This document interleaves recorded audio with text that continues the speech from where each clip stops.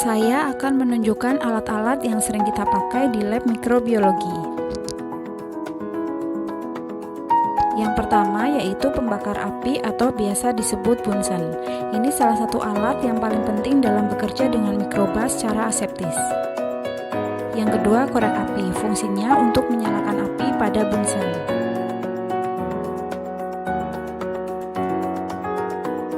Kemudian alat transfer mikroba yang biasa disebut ose. Ose yang umum dipakai adalah ose dengan ujung bulat.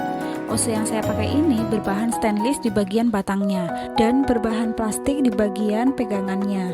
Ada juga ose dengan ujung runcing biasa disebut ose jarum. Biasanya digunakan untuk mengambil hifa pada pengamatan mikroskopis kapang.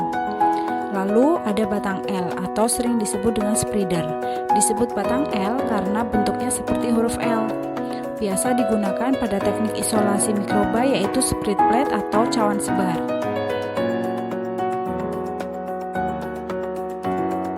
Kemudian pinset. Alat ini biasa digunakan dalam subkultur kapang ke media baru. Kemudian ada batang pengaduk, biasa digunakan pada proses pembuatan media. Berbahan kaca, fungsinya untuk mengaduk media.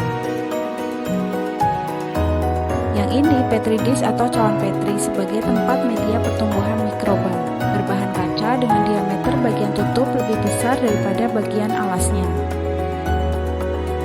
Ada juga Petri disposable yang berbahan plastik, tapi tidak saya sertakan di sini. Dalam pembuatan media juga membutuhkan beker glass. Biasanya digunakan untuk membuat media cair. Bagian luar beker glass ini terdapat skala volume.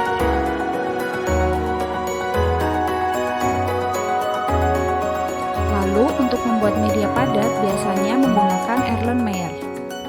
Media yang dibuat jangan melebihi setengah dari volume Erlenmeyer-nya ya.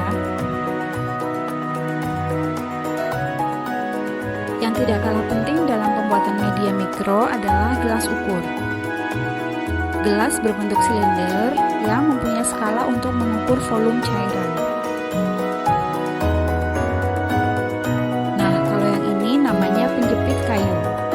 Biasa digunakan untuk menjepit tabung reaksi ketika dipanaskan, atau menjepit gelas benda pada saat pewarnaan bakteri.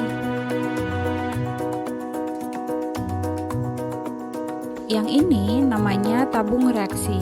Kalau di dalam lab mikro biasa digunakan untuk membuat media agar miring.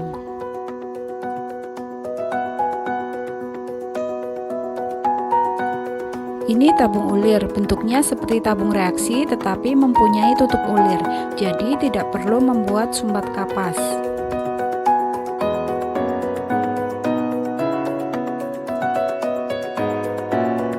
Rak kayu ini namanya rak tabung reaksi, digunakan untuk meletakkan tabung reaksi atau tabung ulir.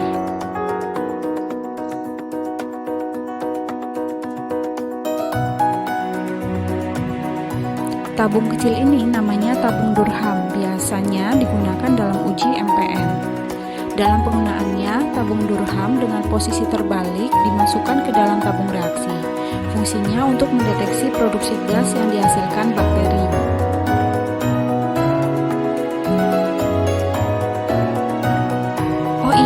Ketinggalan nih, ada botol sprayer, fungsinya sebagai tempat alkohol untuk desinfektan.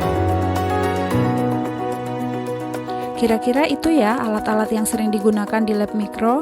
Semoga bermanfaat.